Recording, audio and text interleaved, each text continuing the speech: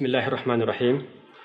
Dito na po tayo mga minamahal naming taga-subaybay sa ikalawang episode ng paksang patungkol sa mga suliranin o di kaya problema ng mga bagong yakap sa Islam o di kaya ang mga kapatid na tinatawag na balik Islam.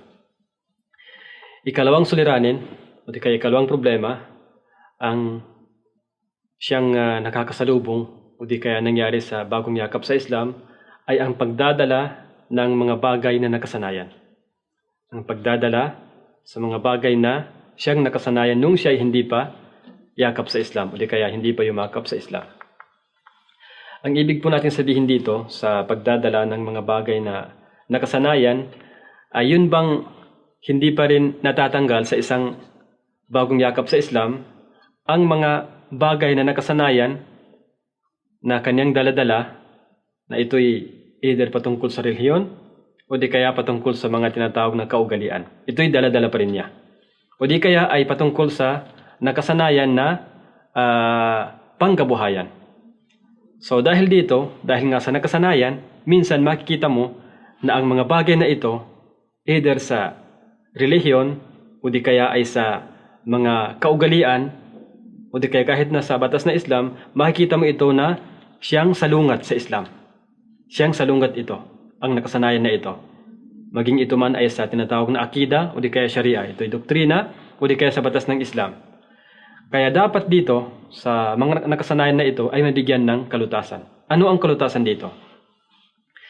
O di kaya ano ang halimbawa nito?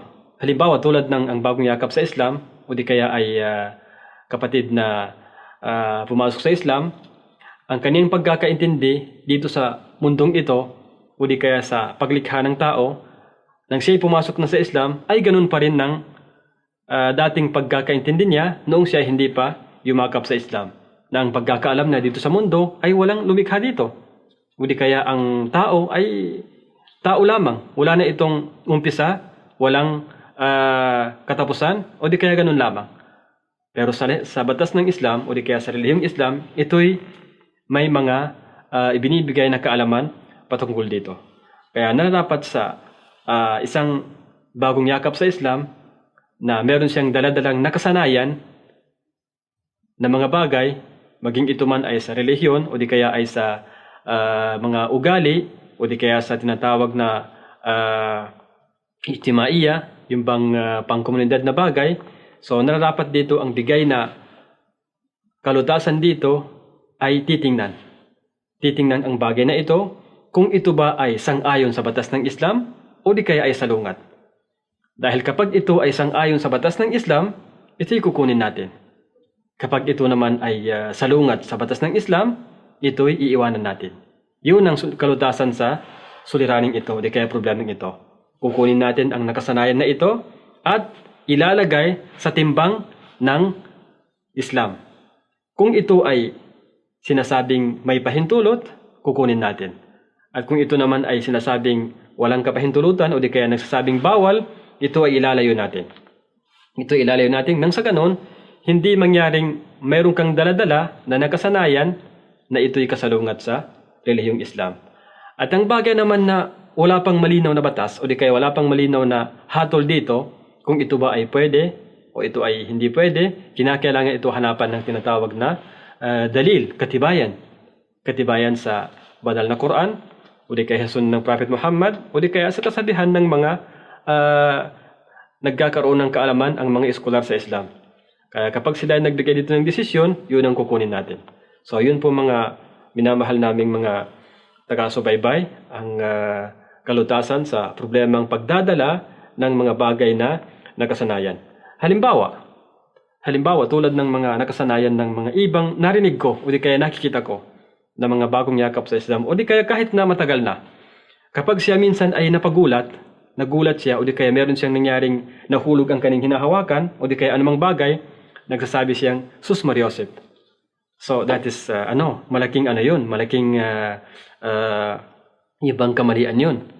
Ito'y nakikita ko sa mga ibang mga bagong yakap sa Islam. Yun na nga nakasanayan. Na kapag siya ay nagulat o di kaya nakakita ng medyo bago sa kanya o di kaya anumang bagay na napagulat siya, yun ang kanyang sinasabi. So dahil nga sa nakasanayan, ito'y kinakailangan tanggalin. Dahil ewan ko kung ano bang kahulugan ng Sus Mariosep. Siguro parang yung bang parang kung baga ibinabalik mo ang yung nanumbalik ka sa iyong tagapaglikha o di kaya sa bagay na yun ang nasa akida mo, nasa doktrina mo na siya ang siyang may kakayahan. So yun ay mali dahil ang lahat ng bagay na may kakayahan doon ay ang Allah Subhanahu wa Ta'ala. So papalitan ito ng halimbawa kapag ikaw ay nagulat, sabihin mo na astaghfirullah o di kaya subhanallah o di kaya masyaallah o di kaya mga anumang bagay na meron itong lunas o di kaya meron itong kapalit sa relihiyong Islam. Dapat din malaman na ang pakikitungo sa mga bagay na ito, sa mga bagay na nakasanayan, ay kinakailangan dito ang tinatawag na kapanatagan. Dahil nga mahirap iwanan nakasanayan nga So dahil nga sa mahirap iwanan to, so nararapat din sa isang daiya o di kaya nagbibigay ng kaalaman patungkol sa Islam, na iisipin niya o di kaya gagawin niya ang tinatawag na kapanatagan sa pakikitungo sa mga bagay na ito. Kaya magbibigay siya dito ng kalutasan ng nasa tamang pamamaraan o di kaya nasa malinaw na pagpapaliwanag o di kaya mga ano pa mang bagay. Dahil dapat malaman niya na ang karamihan sa mga bagong yakap sa Islam ay nakasanayan nga ito. Kaya mahirap ito tanggalin sa kanilang isip, sa kanilang puso. Kaya nararapat dito ang tinatawag na pakikitungo ng hikmah. Ibig sabihin may kaalaman. O di kaya ay nasa mabuting pamamaraan. Yun ang kinakailangan sa daiya naman kung siya ay magkikitungo sa mga bagay na siyang nakasanayan ng mga kapatid na bagong yakap sa Islam. Pangatlong problema o di kaya pangatlong suliranin ng mga kapatid na bagong yakap sa Islam, ang kahirapan sa pag-aral. Ang hirap ng pag-aral na kanilang nakikita. Sa unang pagpasok pa lamang sa relihiyong Islam, makikita niya na napakarami pala itong dapat pag-aralan sa relihiyong Islam. Napakarami. At napakarami palang mga dapat o di kaya mga sekta-sekta o di kaya mga tinatawag na eskolar na sumulat patungkol sa Islam. So, darating doon ang katanungan na ano ang pag-aralan ko? Ano ang dapat kong malaman? So, patungkol dito sa suliraning ito, ito'y nangangahulugan o di kaya dito ito lumalabas sa paraan ng pag-aral. Kung ano ang pamamaraan ng pag-aral. Dahil nga ganun nga mangyari. Ang pag-aral ng mga bagay na tinatawag na mga branches nasa baba o di kaya nasa mga bahaging ang tawag sa wikang Arabic ay furu, branches nga, mahirap yun dahil napakarami nun.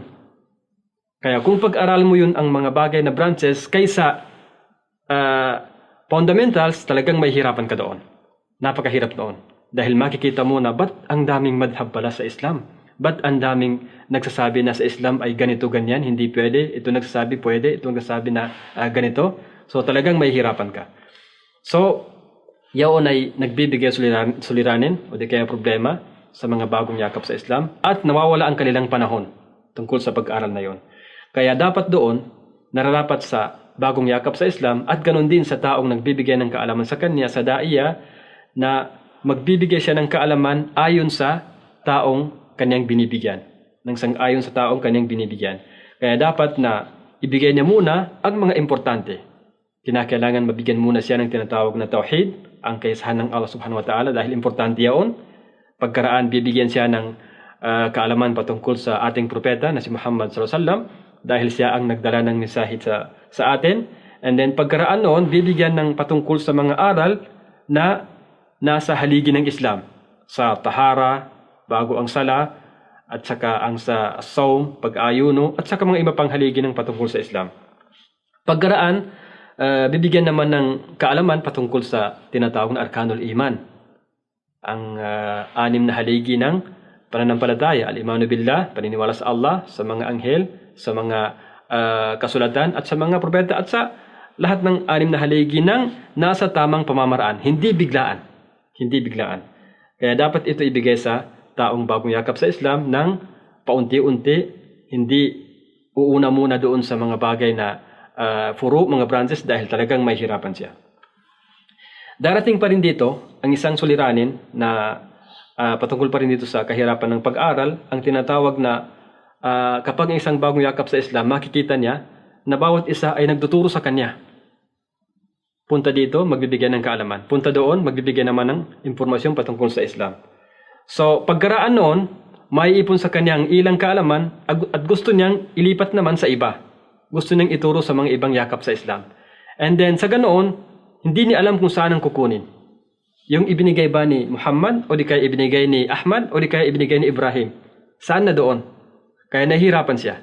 Kaya nararapat sa ganitong suliranin na huwag siyang magmamadali. Kinakailangan maipon ang mga aral na ito, and then pagkaraan nun, ibibigay niya sa taong gusto niyang yayakap din sa Islam. Nang sa hindi siya mahirapan. Hindi siya mahirapan at hindi rin mahirapan ang taong kanyang bibigyan ng katuruan patungkol sa Islam.